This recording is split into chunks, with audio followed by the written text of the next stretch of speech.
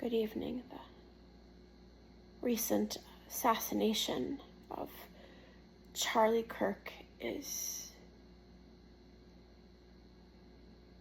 hitting me so hard. It's hitting me so high.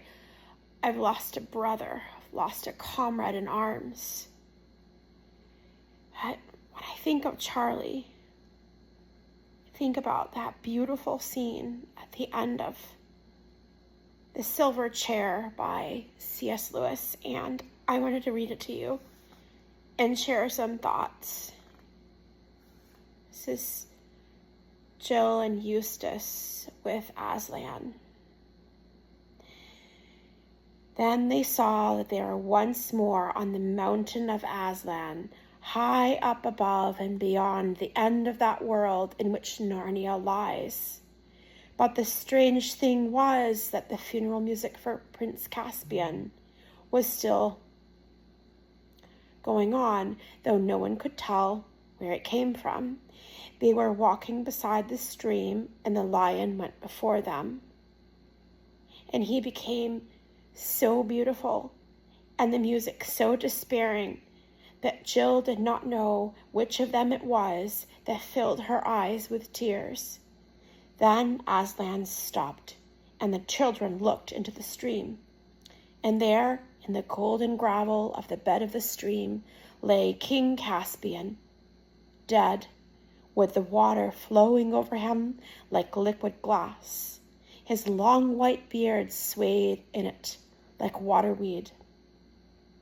And all three stood and wept. Even the lion wept, great lion tears, each tear more precious than the earth would be if it were a single solid diamond. And Jill noticed that Eustace looked neither like a child crying, nor like a boy hiding and wanting to hide it, but like a grown-up crying. At least, that is the nearest she could get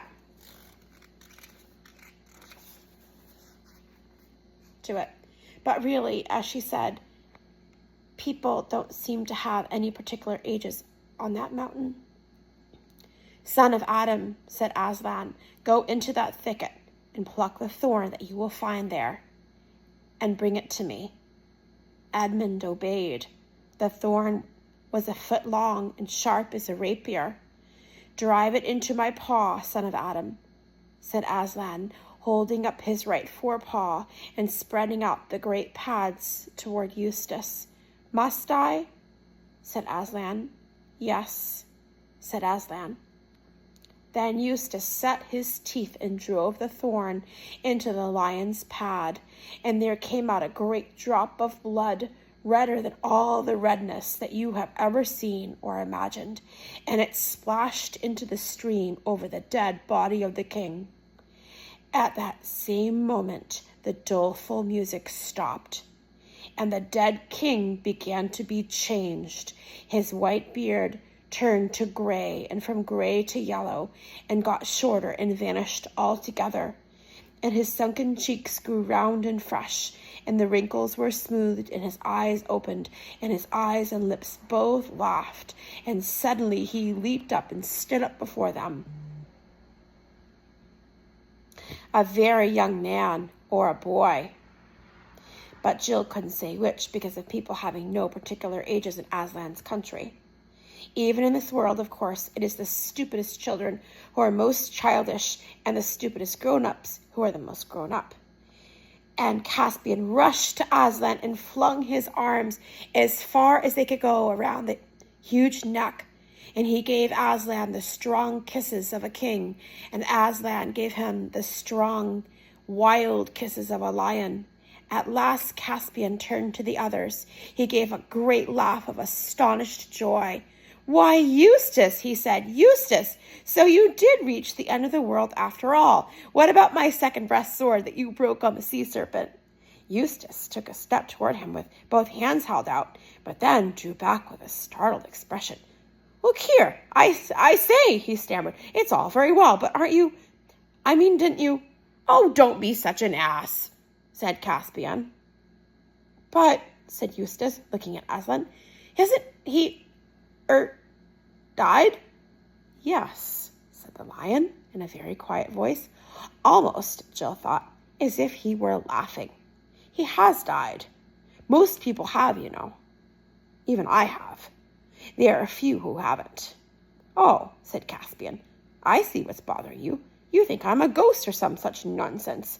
But don't you see, I would be that if I appeared in Narnia now, because I don't belong there anymore. But one can't be a ghost in one's own country. I might be a ghost if I got into your world. I don't know. But I suppose it isn't yours either, now that you're here." A great hope rose in the children's hearts. But Aslan shook his shaggy head. "No, my dears," he said. "When you come meet me here again, you will have come to stay. But not now. You must go back to your own world for a while." I'm holding on to this scene with my whole being. The hope that through the shed blood of the Lion of the tribe of Judah, Charlie Kirk will rise again, and he will embrace the Lion of the tribe of Judah with the strong kingly kisses for Christ, that he will rise again with laughter and joy in the realization that everything that he lived and died for was true. And we with him, because, like Jill and Eustace, when we go to Aslan's country, that is what I might call Emmanuel's land, we will be there to stay.